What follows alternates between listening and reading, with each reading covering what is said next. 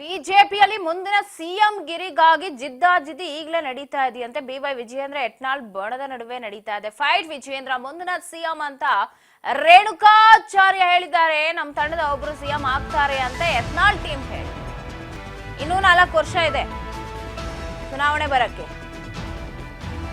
ಈಗಲೇ ನಾನಾ ಸಿಎಂ ನೀನಾ ಅಂತ ನಮ್ ಟೀಮ್ ಅವರ ನಿಮ್ ಟೀಮ್ ಅವರ ಅನ್ನೋ ಚರ್ಚೆ ಜೋರಾಗಿದೆ. ವಿಜಯೇಂದ್ರ ಮುಂದಿನ ಸಿಎಂ ಅಂತ ರೇಣುಕಾಚಾರ್ಯ ಹೇಳ್ತಾ ಇದ್ರೆ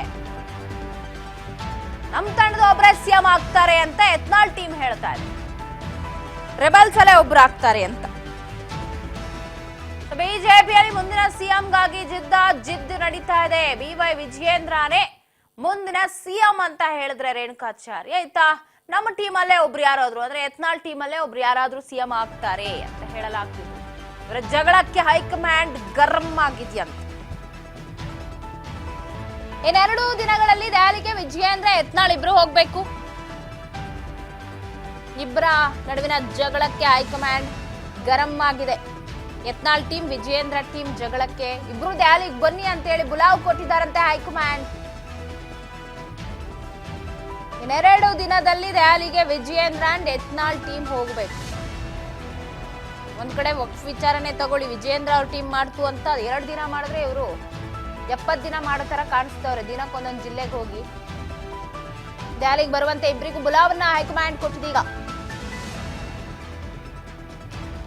ಇನ್ನೆರಡು ದಿನಗಳಲ್ಲಿ ದೆಹಲಿಗೆ ವಿಜಯೇಂದ್ರ ಯತ್ನಾಳ್ ಬರಬೇಕು ಅಂತ ಬುಲಾವ್ ಬಂದಿದೆ. ಇನ್ನು ಎಲೆಕ್ಷನ್ ಇರೋದು 28ಕ್ಕೆ. ಇವ್ರದ್ದು ಈಗಲೇ ಸ್ಟಾರ್ಟ್ ಆಗಿದೆ ಸಿಎಂ ಯಾರು ಅಂತ. ಇರೋ 3 ಕ್ಷೇತ್ರದಲ್ಲಿ 1 ಕ್ಷೇತ್ರನೂ ಗೆಲ್ಲಕ್ ಆಗ್ಲಿಲ್ಲ. ಹಿಂಗೆ ಬಣ ಬಡದಾಟ ಮಾಡ್ಕೊಂಡು ನಾನೊಂದ್ ತೀರಾ ನೀನೊಂದ್ ತೀರಾ ಅನ್ಕೊಂಡು 3ಕ್ಕೆ 3 ಕಳ್ಕೊಂಡು ಕೂತಿದ್ದಾರೆ. ಈಗ ಮುಂದಿನ ಸಿಎಂ ಯಾರು ಅನ್ನೋ ಚರ್ಚೆ. ಹೈಕಮಾಂಡ್ ಇಬ್ಬರಿಗೂ ತರಾಟೆಗೆ ತೆಗೆದುಕೊಳ್ಳೋದಂತೂ ಕಟ್ಟಿಟ್ಟ ಬುತ್ತಿ. ದೆಹಲಿಗೆ ಬನ್ನಿ ಅಂತ ಹೇಳಿ ಬುಲಾವ್ ಕೊಟ್ಟಿದೆ ಹೈಕಮಾಂಡ್.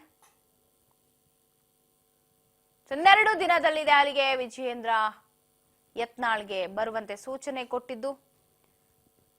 ಸೈಲೆಂಟ್ ಆಗಿರಿ, ಒಗ್ಗಟ್ಟಾಗಿ ಹೋಗಿ ಅಂತ ಹಿಂದೆನೆ ಹೇಳಿದೆ. ವಕ್ಫ್ ವಿಚಾರದಲ್ಲಿ ಯಾವಾಗ ಟೀಮ್ ಮಾಡ್ಕೊಂಡ್ರು ಆಗ್ಲೇ. ಈಗ ಮತ್ತೊಮ್ಮೆ ಒಗ್ಗಟ್ಟಿನ ಸಂದೇಶವನ್ನ ಸಾರೋ ಸಾಧ್ಯತೆ ಇದೆ. ಸೊ ನೋಡೋಣ ಏನೆಲ್ಲ ಆಗುತ್ತೆ ಬೆಳವಣಿಗೆ ದೆಹಲಿಗೆ ಹೋದ ನಂತರ ಅಂತ. ನಮ್ಮ ತಂಡದ ಒಬ್ರು ಸಿಎಂ ಆಗ್ತಾರೆ ಅಂತ ಯತ್ನಾಳ್ ಟೀಮ್ ಹೇಳಿದ್ರೆ ವಿಜಯೇಂದ್ರ ಅವರೇ ಆಗೋದು ಇದು ರೇಣುಕಾಚಾರ್ಯ ಅವರು ಹೇಳ್ತಾರೆ. ಸೊ ಬಣ ಬಡಿದಾಟದ ನಡುವೆ ಮುಂದಿನ ಸಿಎಂ ಯಾರು? ಬಿಜೆಪಿಯಲ್ಲಿ ಮುಂದಿನ ಸಿಎಂ ಗಿರಿಗಾಗಿ ನಡೀತಾ ಇದೆ ಜಿದ್ದಾಜಿದ್ದಿ. ಸೊ ನೋಡೋಣ ಹೈಕಮಾಂಡ್ ಏನ್ ಹೇಳತ್ತೆ ಎರಡೂ ಟೀಮ್ಗಳಿಗೆ ಅಂತ. ಇದಿಷ್ಟು ಈ ಕ್ಷಣದ ಅಪ್ಡೇಟ್. ನೋಡ್ತಾ ಇರಿ ರಾಜ್ ನ್ಯೂಸ್, ಇದು ಕನ್ನಡಿಗರ ಧ್ವನಿ.